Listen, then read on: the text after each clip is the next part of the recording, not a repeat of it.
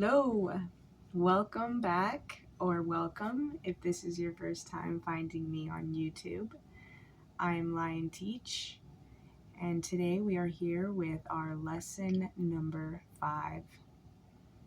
I do not know currently what I will name this lesson. That will all come organically as I want to speak as an instrument of truth and an instrument of God, or whatever you want to terminalize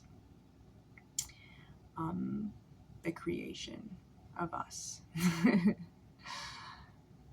Terminalize? Really? That's probably not a word. I have this thing where I quite literally will make up words. And words and language are all made up essentially from one root core, so I just kind of go with the flow, and we're flowing tonight. I got the cool blues on, bringing in the chi vibe. I wanted to start out by saying thank you to anyone who's joining or watching this video. I really appreciate your interaction, and I hope that this is a mutual exchange.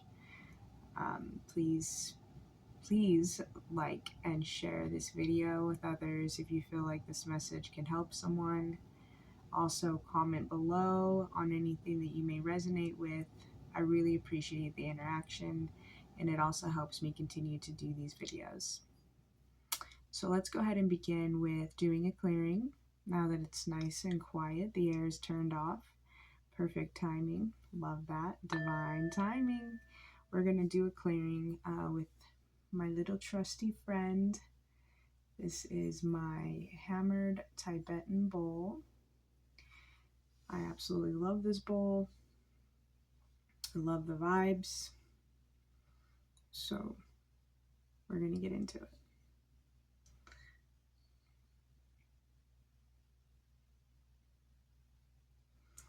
Sorry, I actually want to set an intention.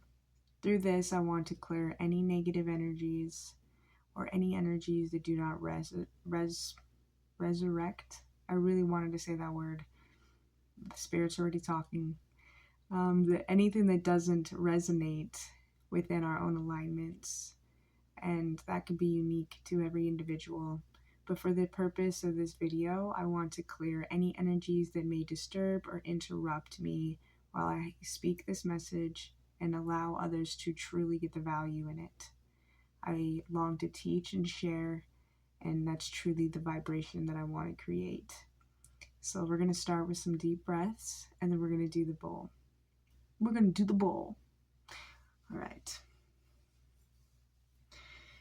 And if you something's messing with me, if you feel called to do the breath with me, I'm just going to count 4 in, 5 out, 3 in, 2 hold on a minute. I forgot to count. 4 in, 5 out. 3 in, 4 out. 2 in, 1 out. 1 in, 1 out. Okay, here we go.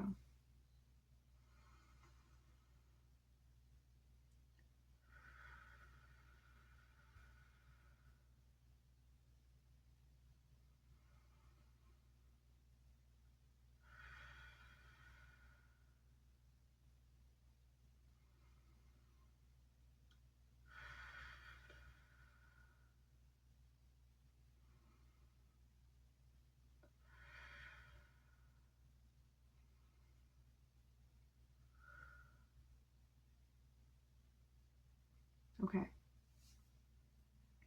Let us begin.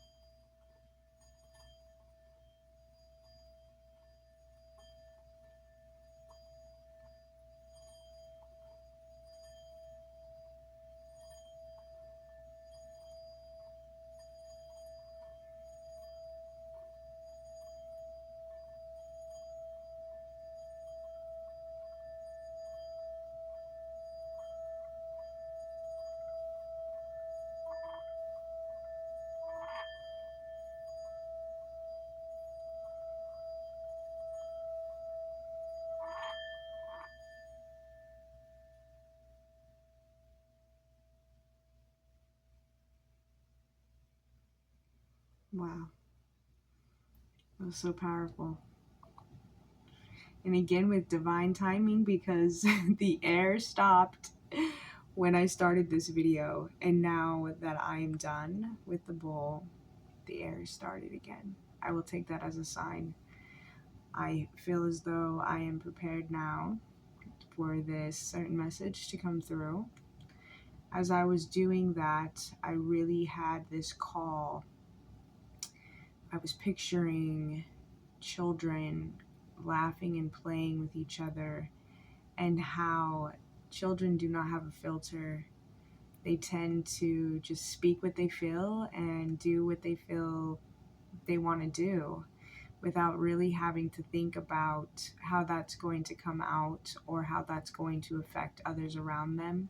And I don't, and really quite truly, even in the more negative to positive ways. So I really want to touch base on how to bring in that childlike essence through our lives as adults or people with responsibilities. First, I wanted to share my beautiful cup here. Go ahead, I don't know if you can read it. I think of you every day. Love always, God.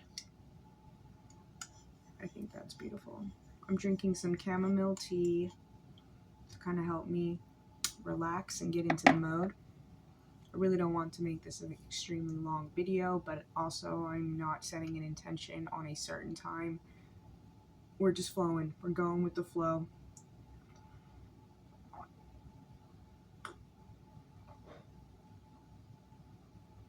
Oh, that is delicious. Okay. So,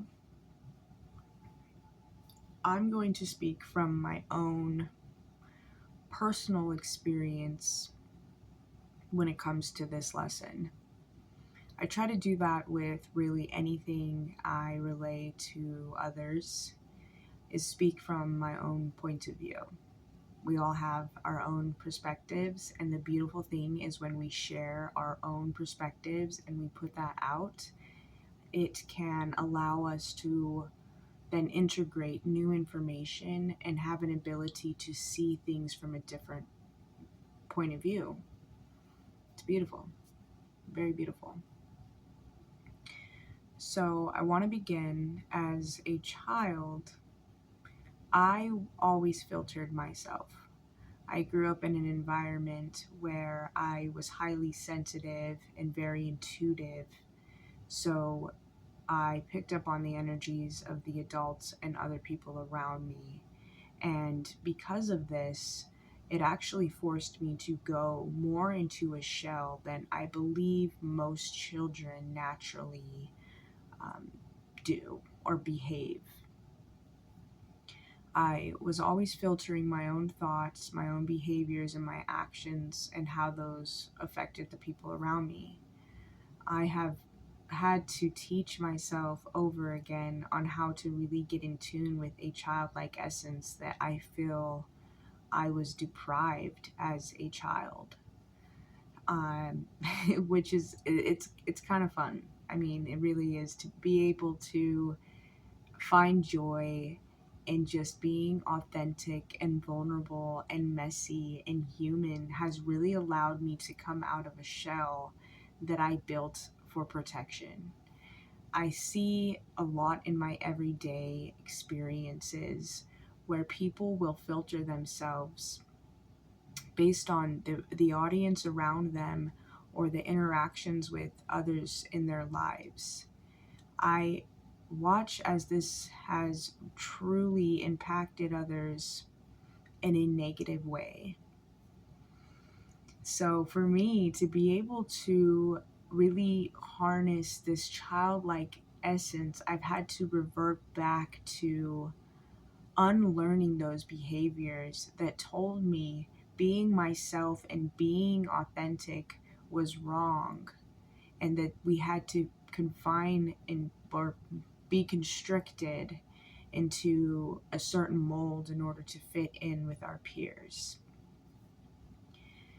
I find it so absolutely beautiful when others can be themselves unapologetically without making excuses or taking back what they say if a reaction is made to not what am I looking for here? Let's simplify it, okay? Today I had a coworker expressing her emotions about a relationship that she was sort of going into. Sort of being a relative word. I don't want to, display too deeply what was discussed in a conversation today, but really she was expressing herself, her deeper, more emotions and inner thoughts around this circumstance. And I could see as she was filtering herself out, or she would say something and say, "Oh, well, I never mind, and sorry, I don't mean to be this way or that way," and really had a hard time just allowing herself to express what she was feeling. And I see this commonly with others, and I do this myself. I'm still unlearning those behaviors where we get around certain people or we're around individuals who we feel we have to guard ourselves. And this is such a funny thing to me now that I've looked at it from this perspective. What are we hiding for? Yeah, let's add that in a whole sentence. What are we hiding for? What are we hiding? Ourselves, our true essence, what makes us us, what gives us the ability to express and be our own artist. All life is creation, creating. And that is absolutely beautiful when we are able to tap back into that energy of just purely accepting what makes us us in the simplest of ways, by being able to have a conversation with anybody and not filter what has naturally almost come up, I guess, because really where are these thoughts, what is this emotion, where do these things stem from? They have a core. And to be able to unfilter yourself and be able to just let that naturally come out without thought is truly being able to, I feel as if it's truly the best way to reconnect with that inner child. Sorry, this tea's so good, I need a little sip.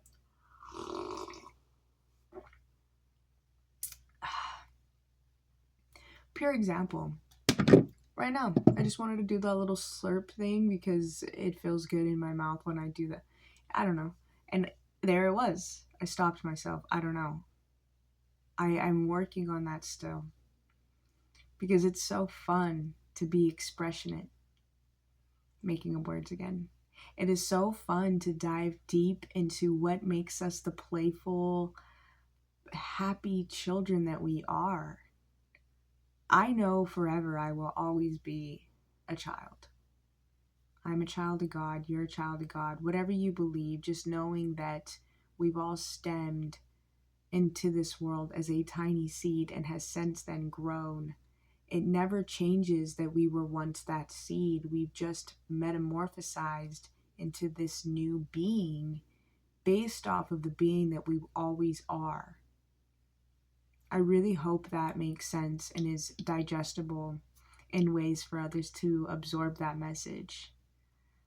I love seeing people being real and not having this sense of security and feeling like they could totally be vulnerable. And I also do blame, okay, take it back. I'm not blaming. We're not playing the blame game. Let's not even go there. But I also can see how society has molded and shaped us to believe that in order to survive or thrive, we have to confine ourselves into this restricted space, where we have to present ourselves in such a way in order for others to love us, accept us, want to be around us. Because when we get back into that core, what we truly really deserve and want is to be accepted and loved by others. You can be so independent, you can be so sure of yourself, and so in such a deep admiration for who you are, and have that true self love. But what is beautiful about life and being with others is knowing that you will always long to have that sense of connection. That's what keeps us whole as a community and keeps us growing and keeps us thriving, is that sense and longing to feel a connection with others. So for me, feeling like I have spent most of my life independent and had struggled and do struggle still, but I'm working on it. I am growing through it to be able to trust others and allow myself to be close with others and not feel afraid. Some people, they definitely don't deserve my time or energy, but I know those people now because of my ability to sense what feels good.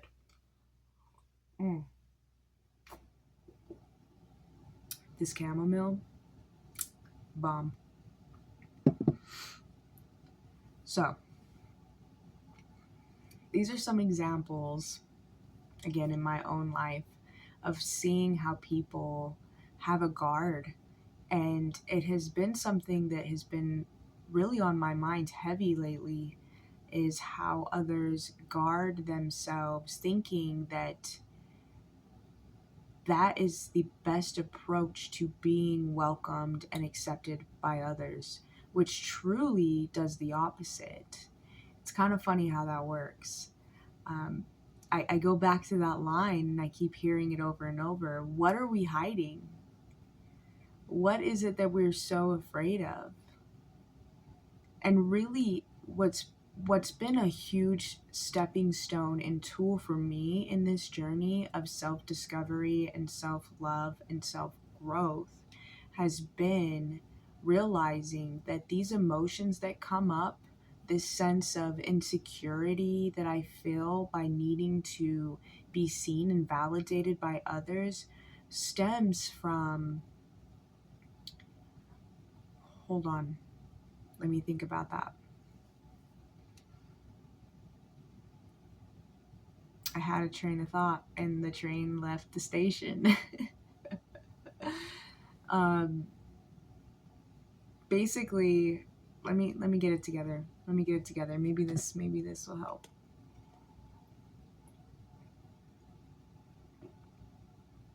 No, got it. The biggest tool that I've used is being willing to dive into that uncomfortable feeling. Instead of feeling like this tense emotion, and I mean tense because you kind of literally, like, even my physical body wants to tense as I say that, but this tense emotion of feeling constricted and in fear when these things arise in us, where these emotions come to the surface and we're feeling insignificant and we're feeling as though we aren't validated from an exterior point of view. We want to run from those feelings because it's uncomfortable.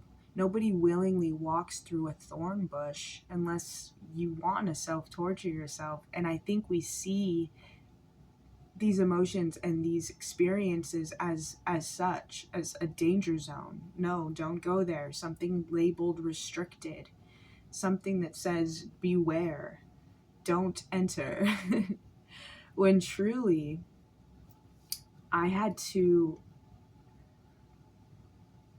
view those uncomfortable feelings more as an opportunity and more as the fear of something exciting coming, instead of a negative fear, or negative being relative of, again, going somewhere that says beware or restricted. I viewed it more on a cliff ledge, waiting to jump into the most beautiful blue water. We're going with the flow, baby.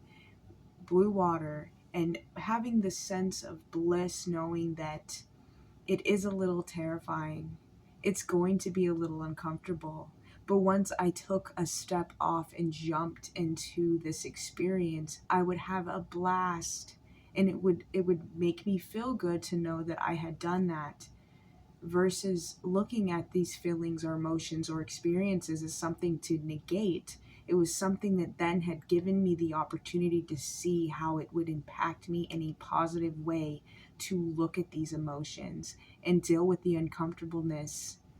So when sadness comes up in me, when I feel sad or lonely or disconnected, I don't stray away from those emotions, and I don't also I try not to delve too deep into these emotions, where I get lost in my sense of peace and remembering that I am not the emotion, that I'm experiencing this emotion.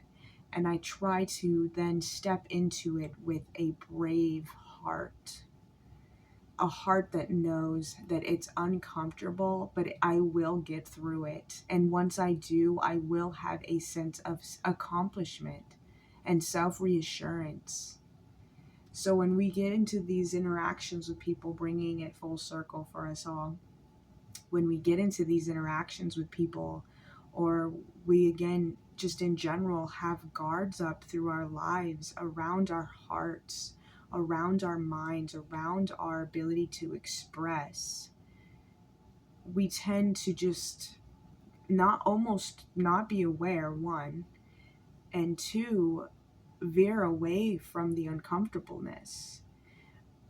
And truly being able to sit with it and look at it and experience it allows us to give ourselves the power and control in the situation.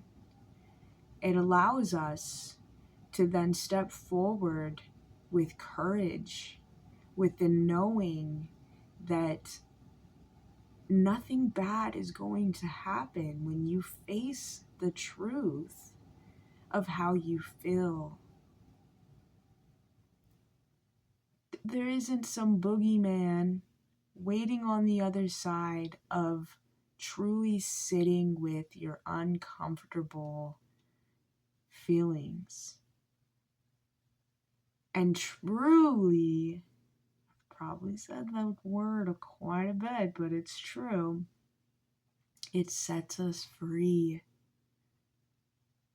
It sets us free from feeling confined to be perfect, to be accepted,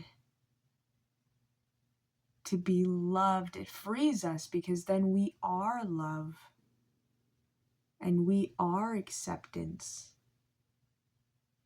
Does that make sense? How we can transmute an experience that gives us negative, again, relative emotions. We can transmute that emotion into something that then blossoms into an experience that we can be proud of. I've often had cut myself short on expressing how I feel around others, or being my goofy, playful self, because I'm telling you guys, I am a goofy motherfucker, alright? I am so silly.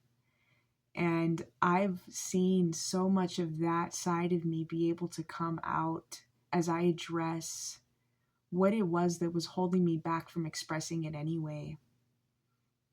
And I also see that there's a positive feedback, because it allows others to see this side of me. And when I express and share that, I see that it helps others do that as well. And then I've now been able to help create an environment where people can feel free to be themselves and be their childlike essence and exist in that world where we're not worried about what each other thinks, because we're so busy just expressing ourselves authentically. There is no judgment, there is no uncomfortableness, you know? I picture this as me dressed up as a goofy character. Let's just say that I am this chicken man, goofy thing. I'm picturing it in my head. Bear with me. And I walk into a restaurant of prestigious people who think the prim and proper of being so well put together they couldn't find a single hair on their head out of place.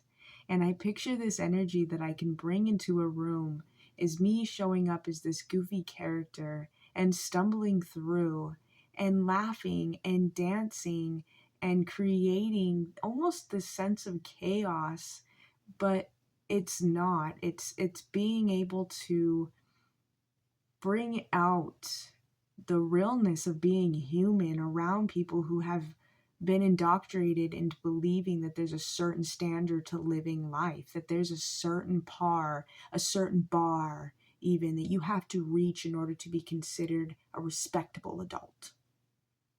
It's about going in with this attitude that there is no such thing, that there is only creation, there is only artistry. We are all artists who have been placed here to create, creation creating.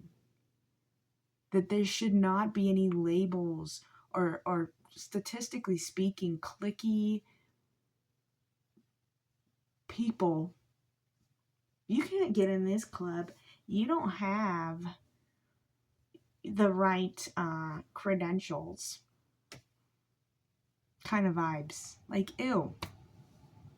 Nobody wants that kind of vibe. That's like the popular kids at school vibe that nobody vibed with.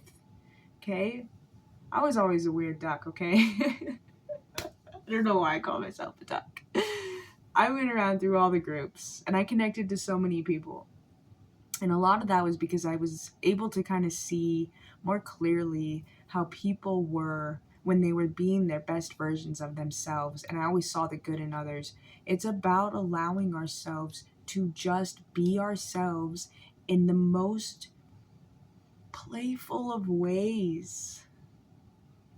I'm sorry, but I did not, okay? I did not come here to sit down, be quiet, behave, stay in line, don't ask questions, don't have fun, like that. I came here to have the time of my life and also learn and grow and help others. And there's a multitude of things, but the primary premise of my existence is not to be perfect.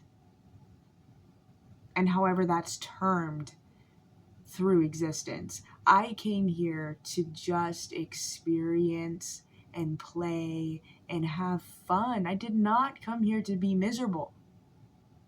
I don't think any of us would choose that. Okay, I can't speak for everybody. I don't know. Maybe some people came here to be miserable.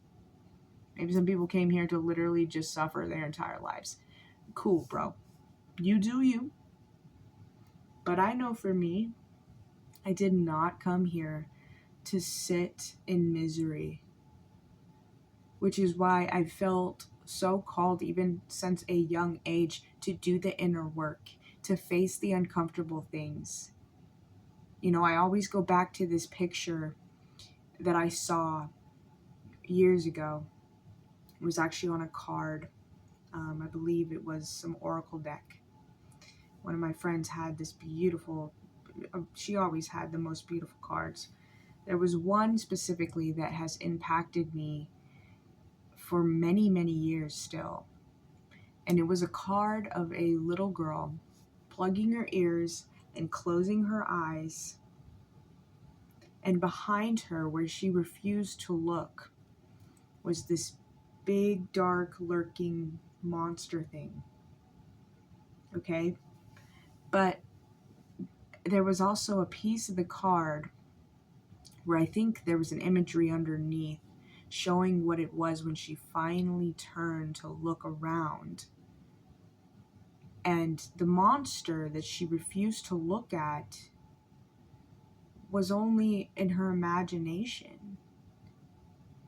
It's hard to describe how this imagery portrayed that, because it was more a message that was received through that image for me.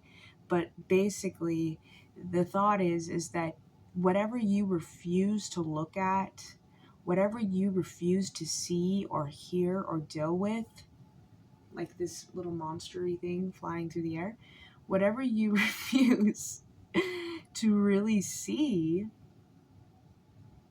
becomes a bigger thing than it really ever is. You know? And once you decide, so wrapping it back into me as a young child, knowing that I always wanted to become a better version of me, the best version of me, the highest version of me, required me to look at the uncomfortable things and do the inner work. And for the good majority of my life, it was very uncomfortable. I would say suffering isn't too far out of the stretch on describing the majority of my life, because it wasn't comfortable until I turned into that concept. And I say turned into because I feel as though life has kind of forcefully navigated me through what I've needed to see, what I needed to hear, what I needed to do in order to grow. So when I turned into that concept and really started seeing things that I didn't want to look at as opportunities for me to grow and opportunities for me to become the best version of myself, it became almost the opposite, where I thrived and looked for these opportunities to tune myself into another lesson. Hold on. Technical malfunction. Okay, we're back. Sorry, had a technical malfunction. But really, so getting back into the point, because I was on a roll there. I was feeling it. I was getting it. So wrapping it back in, all bringing it all together now. When we are willing to be uncomfortable and face these things, they start becoming the tools we use to then grow and expand as people. And I truly wanted to share that with others because I desperately want to live in a world where everyone feels free to express themselves. Everyone's art is beautiful. That's the beautiful thing of art. And that's one thing that I tell my daughter, who is very artistically inclined, that art doesn't have to be perfect. I don't know if you've seen some of the more famous and sought out pieces of art. Some of them literally are just blotches of paint on a wall. And I mean, everybody's perspective of art is different. And that's what makes art such a unique form of expression. There is no lines around it. There's nothing that says that art has to be a certain size, shape, and color in order to exist as its vibrant, authentic self. And that is us as people. We are art. We create art. Creation, creating. And when we get back into that root of us, that expression that longs to be expressed, then we are free from the imaginary boogeyman that lurks behind that we refuse to see. We are no longer afraid, because what are we afraid of? What is scary about being who you are? The right people will come into your life when you start truly being you. You. I want you to be you. Because when we all are us, and Each individual is allowed to have their own art. We can all be surrounded by beautiful art that doesn't have to be critiqued. You need to get away from the art critiquers. Okay? I don't even know how that's even such a thing. I always felt like that was a made up profession. I'm sorry, but who got the authority to walk around and judge art? I want to know this. Because I feel so much that is so constricting. We can all have our own way of being, and it can be beautiful.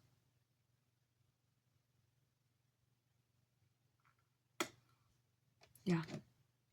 Yeah.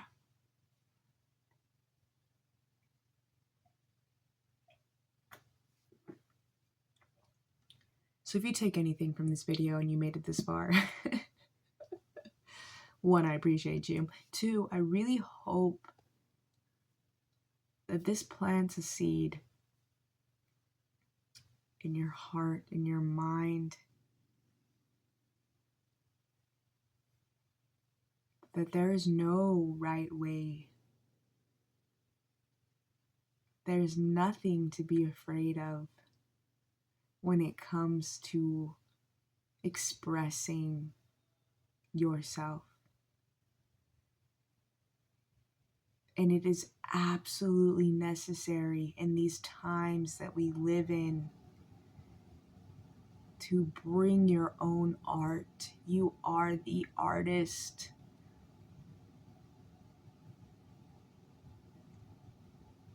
I feel called right now, so I'm going to do it. I have this beautiful book.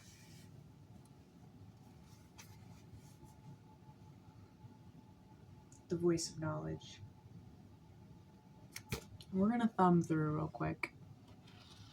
And I'm just going to pick up on a message. And we'll end this video there because my butt's falling asleep. And I would like to unwind and get ready for my sleep. So let's go ahead.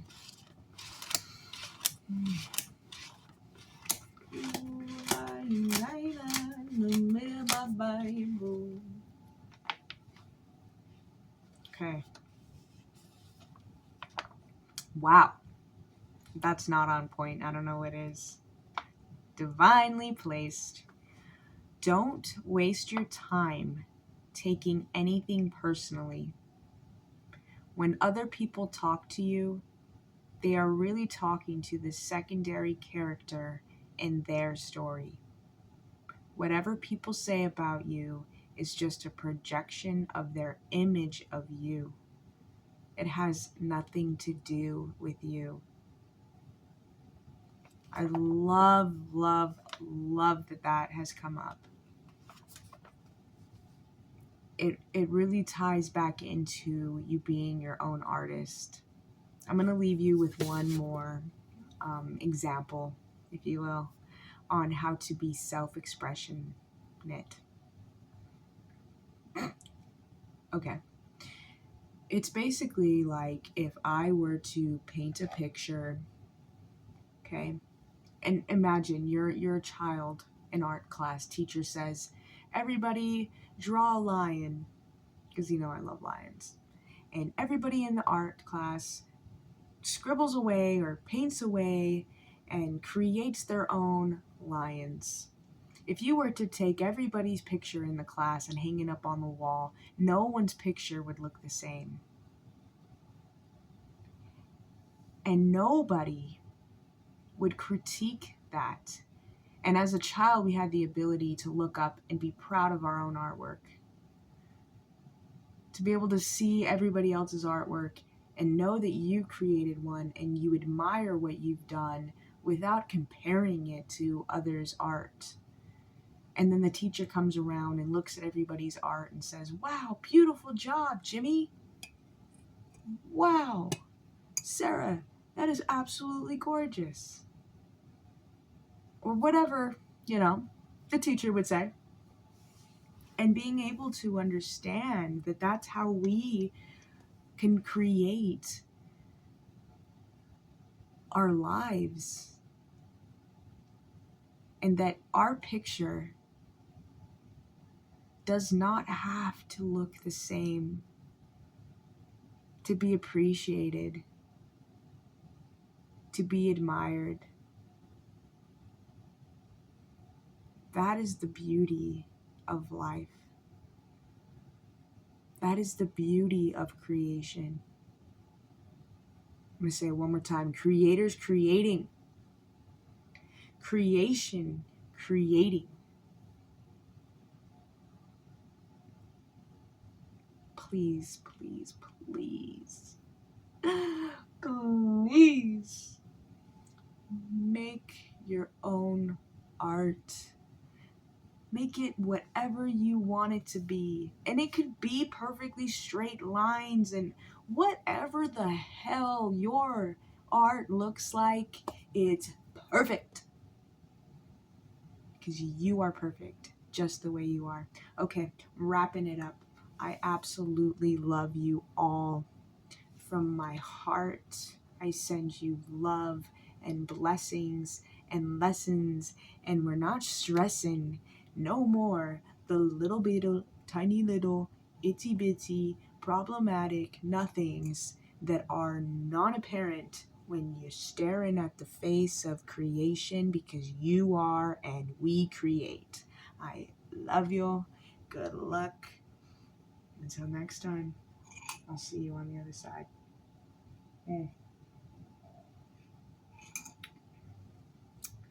Goodbye for now.